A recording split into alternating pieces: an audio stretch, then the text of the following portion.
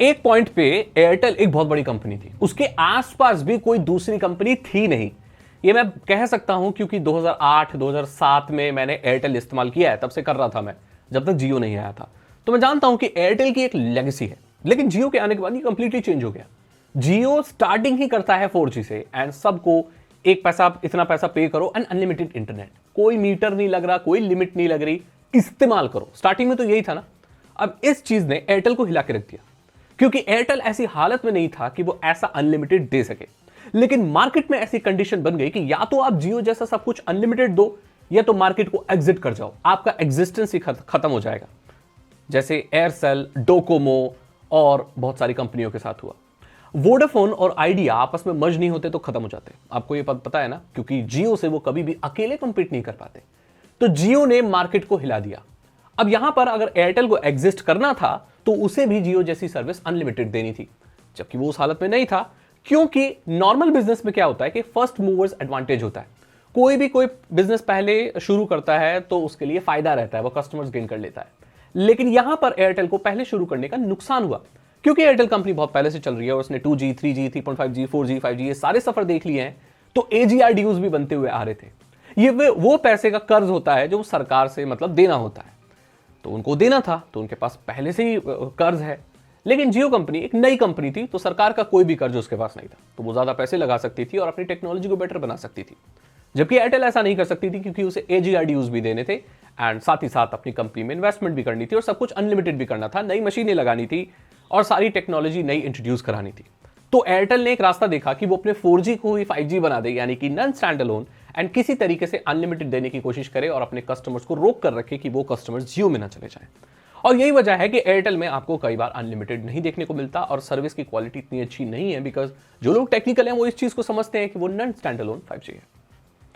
तो कैसे कैसे करके एयरटेल ने कंपटीशन करके बस कैसे कैसे जियो के साथ वो बस सर्वाइव करती रही, जबकि जियो जो बहुत फल फूल रहा है और आगे बढ़ गया और सारे कस्टमर्स उन्होंने गेन कर दिए। अब ये जितने भी नेटवर्क प्रोवाइडर हैं, किसी पे तरस आ रहा होगा, किसी को बहुत बढ़िया लग रहा होगा, आप अलग अलग सिम इस्तेमाल करते होंगे, लेकिन ये सारे नेटवर्क प्रोवाइडर एक ही तर्ज पर काम करते हैं, ये डार्क पैटर्न इस्तेमाल करते हैं। सबसे पहली चीज कि कभी भी नहीं चाहते थे कि आपको 1 महीने का प्लान दिया जाए, 30 दिन का प्लान ये लोग कभी नहीं देना चाहते थे। ये हमेशा यही चाहते थे कि आप 28 दिन का प्लान लो, क्योंकि ये जो 2 दिन बच जाते हैं ये लास्ट में चलकर आपको साल में 12 रिचार्ज नहीं 13 रिचार्ज करवाने होते हैं, और इससे कंपनियां ज्यादा कमाती हैं। लेकिन सरकार ने इनको ऊपर से डंडा भेजा और बोला कि भाई आपको कम से कम एक प्लान 30 दिन का रखना पड़ेगा, आप ऐसे मनमानी नहीं कर सकते। और उसके बाद जितने भी नेटवर्क प्रोवाइडर उन्होंने कम से कम एक प्लान पूरे 1 महीने का रखा। अगली चीज ये कि ये लोग जो डार्क पैटर्न इस्तेमाल करते हैं अनलिमिटेड इंटरनेट का, वो तो बड़ा ही घुमाव चक्कर वाला है। भाई आपको लगता होगा अनलिमिटेड इंटरनेट दे रहे, नहीं, ये 300 GB की कैप के साथ देते हैं। और ये देता है कौन? एयरटेल, वोडाफोन, आइडिया, ये सब देते हैं नॉन स्टैंड अलोन वाले। जियो का ऐसा नहीं है, जियो अनलिमिटेड है। वो क्यों? क्योंकि वो स्टैंड अलोन 5G है, जबकि ये नॉन स्टैंड अलोन है, एक्चुअली 4G पर बेस्ड है। तो इन लोगों की मजबूरी है, क्योंकि वो टेक्नोलॉजी अलाउ नहीं करती है अनलिमिटेड देना। बट कैसे कैसे ये लोग मैनेज कर रहे थे और 4G से ही कैसे कैसे करके दे रहे थे। और अभी फिलहाल जो आपने न्यूज़ सुनी है एयरटेल की, वो अनलिमिटेड 4G भी दे रहा है, वो कोई नई चीज़ नहीं है, वो एक्चुअली 4G ही दे रहे थे पहले, और उन्होंने बस थोड़ा सा चेंज कर दिया, जो कि ये लोग 4G कस्टमर्स को टैप करना चाहते हैं, इसीलिए ये लोग ऐसा कर रहे हैं। तो अब आपको मार्केट की हालत पता चल गई होगी। एंड BSNL का तो मैं ये कहूँगा कि वो अभी भी 10 साल पीछे है।